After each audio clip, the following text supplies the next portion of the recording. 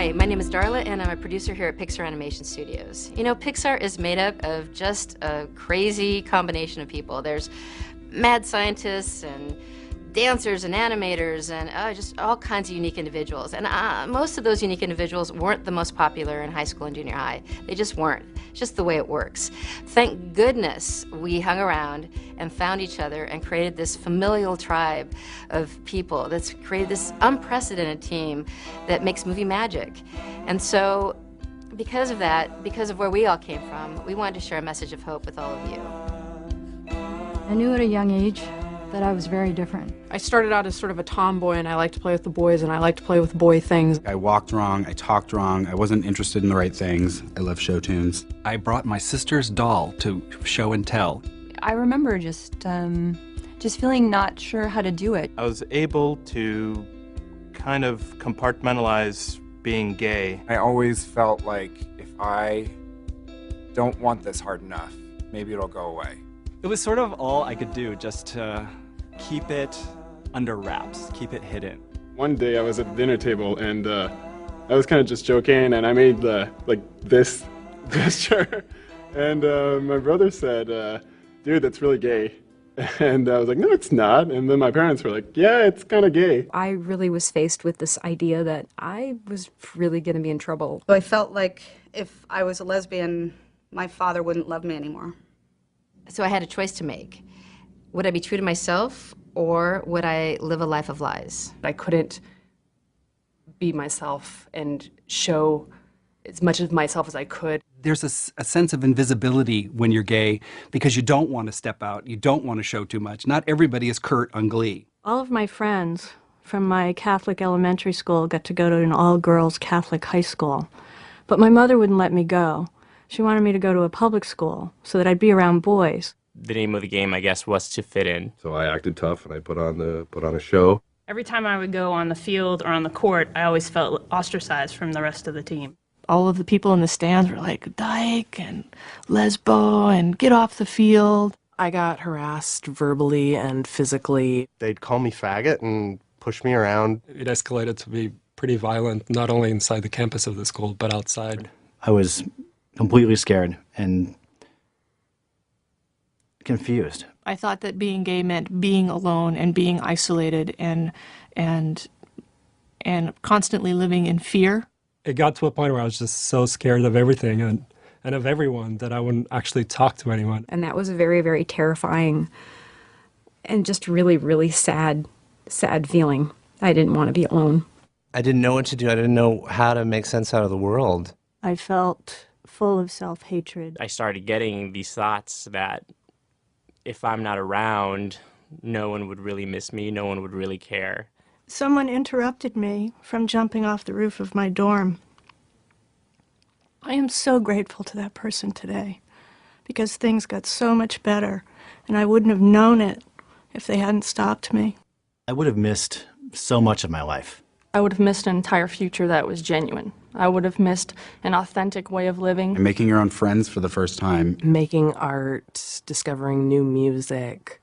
Going to birthday parties with my daughter's friends. A dance group, which was super cool. I got to travel with them. Walking into a gay bar and feeling like you really belonged. I would have missed great friends, great relationships. The most amazing experiences that you can have with a friend. I would have missed meeting Colin, my amazing cube mate.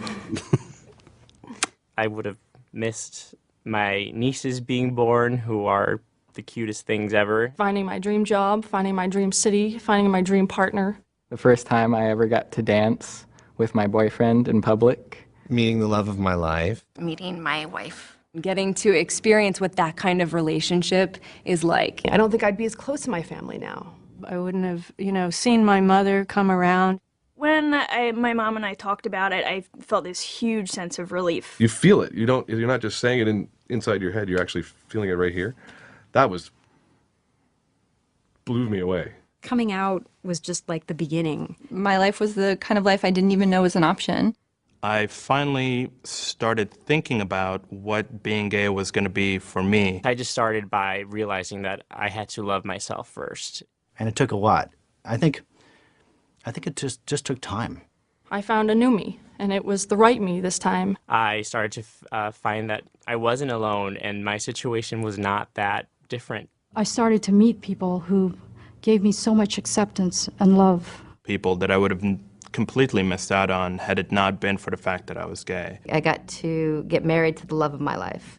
We just made 6 years last week, and we have a cat, and we have a lovely little one-bedroom place that is ours, and I get to walk up those 9 steps and open the door and know that he's home, and I get to kiss him and hug him when I walk in the door, and that brings me so much joy.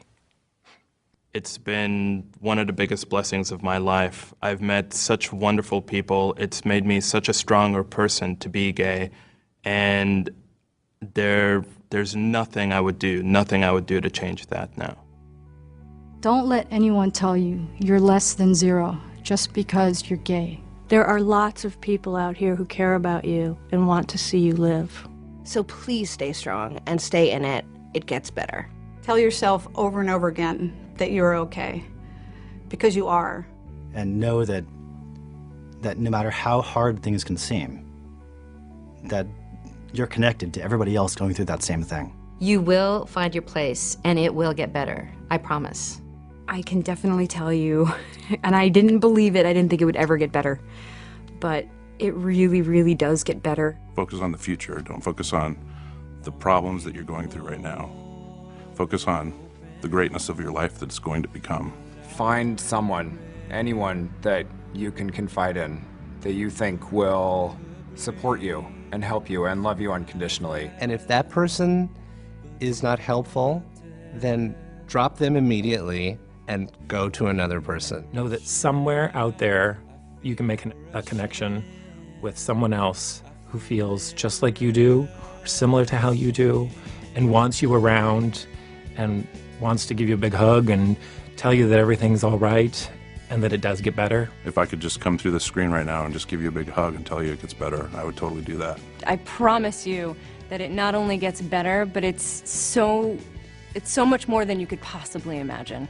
It is so beautiful, the things that life has waiting for you. It will get better. It gets better. It gets better. It gets better. It gets better. It gets better. It gets really better. Everything gets better. It gets better. It gets great.